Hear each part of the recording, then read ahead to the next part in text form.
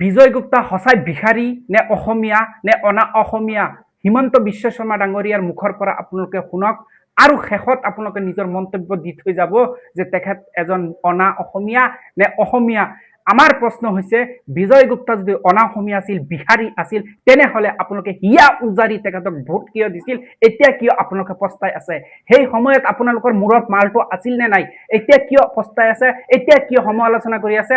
বিজয় গুপ্তাক এতিয়া কেনেকৈ আপোনালোকে অনা অসমীয়া বিহাৰী বুলি তুচ্ছ তাচ্ছল্যৰে মন্তব্য কৰি আছে? তেতিয়া আপোনালোকৰ মূৰত মাল আছিল নে নাই? যেতিয়া আপোনাৰ হাতত মূল সময়টো আছিল তেতিয়া আপুনি কিয় এনেভাবে হিয়া উজাৰি ভোট দিছিল? এতিয়া কিয় সমালোচনা? উত্তৰ দিয়ক, সম্পূৰ্ণ ভিডিঅ'টো চাওক। একাংশ অসমীয়াই চিঞৰি আছে বিজয় গুপ্তা বোলে অসমীয়া নহয়, এজন বিহাৰীয়ে হয়।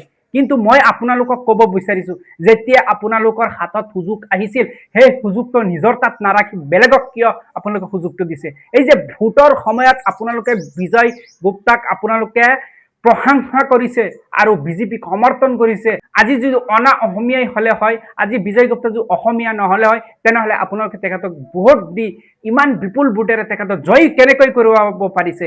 এতিয়া আপোনালোকে কৰিব আহিছে এইজন বিহাৰী হয়, অমুক তমুক হয়, তেখেতক লৈ বিতৰ্কিত কৰিব আহিছে। যিসকলৰ হাতত যেতিয়া সময় আছিল তেতিয়া আপোনালোকে কেতিয়া সময় সচেতন নহৈছে? এতিয়া বৰ্তমান বিহাৰীসকলে যেতিয়া কাণ তলিয়ে 2-4টা চৰ মাৰি দি আছে আৰু আপোনালোকক অত্যাচাৰ কৰিব ধৰিছে, এতিয়া আপোনালোকে কৈ আছে যে এই বিজয় গুপ্তা বিহাৰী হয় আৰু বিহাৰৰ এই অসমত উৎপাত নচলিব, গুণ্ডাগিৰি নচলিব। ঠিকই আছে, যেতিয়া আপোনালোকৰ সময় আছিল তাত, মোৰ প্ৰশ্ন হৈছে এইটো, আপোনালোকৰ তাত যেতিয়া সময় আহিছিল তেতিয়া সেই সময়ৰ সুযোগ এই বিজয় গুপ্তা বিহাৰী বিধায়কক কিয় আপোনালোকে সুযোগটো দিছিল? তেতিয়া আপোনালোকৰ মালটো আছিল নে নাই? তেতিয়া সেই সময়ত আপোনালোকে সুযোগটো কিয় দিছিল? তেতিয়া কিয় বিহাৰী কিয় চিঞৰি নাছিল? তেতিয়াতো আপোনালোকে একেবাৰে নিজৰ দল বুলি কৈছিল, নিজৰ মানুহ বুলি কৈছিল, নিজে অসমীয়া বুলি কৈছিল, নিজে প্ৰশংসা কৰিছিল, নিজৰ ভোটটো দিছে আৰু আপোনালোকে যিমান ভোট ঘটাব পাৰিছিল সকলোৱে মিলি আপোনালোকে বিজয় গুপ্তাক ভোট দিছে। মিছা কথা হয় নেকি? যদি আপোনালোকে ভোট দিয়া নাছিল, তেখেত যদি অনা অসমীয়া আছিল, তেনেহলে তেখেতক আপোনালোক ভোট কিয় দিছিল? এতিয়া কিয় চিঞৰি আছে? কাৰণ সুযোগটো আপোনালোকে হাতত তুলি দিছে। এতিয়া সুযোগটো পোৱাৰ পিছত এতিয়া যেতিয়া দেখিছে ৰাম টাংগন আপোনালোকৰ মূৰত মাৰি আছে, এতিয়া আপোনালোকে এতিয়া সতৰ্ক হৈছে। তাৰ মানে কিবা বস্তু আপোনালোকৰ হাতত আছিল, সেই বস্তুটো হেৰুৱাৰ পিছত এতিয়া আপোনালোকে পস্তাই আছে। অসমীয়া এনেই খাৰ খোৱা অসমীয়া বুলি নকয় মানুহে, ইয়াৰ কাৰণতে আপোনালোকক খাৰ খোৱা কয়। একৰ বস্তু হেৰুৱাৰ পিছত আজি আপুনি চিঞৰি আছে যে আপোনাৰ মূৰত এতিয়া মালটো আহিছে যে এইটো আমাৰ ভুল হৈছে। কিয় ইমান সময় থকাৰ পিছত আপোনালোকে সেই কথাবোৰ কিয় উপলব্ধি কৰিব পৰা নাই? বিজয় গুপ্তা বিহাৰী কৈ আছে। বিজয় গুপ্তা বিহাৰী হয় না নহয়? মুখ্যমন্ত্ৰী হিমন্ত বিশ্ব শৰ্মা ডাঙৰীয়াই কি কৈছে এই কথাষাৰ আপোনালোকে শুনক। কোন বিহাৰী লোক মানে কোন?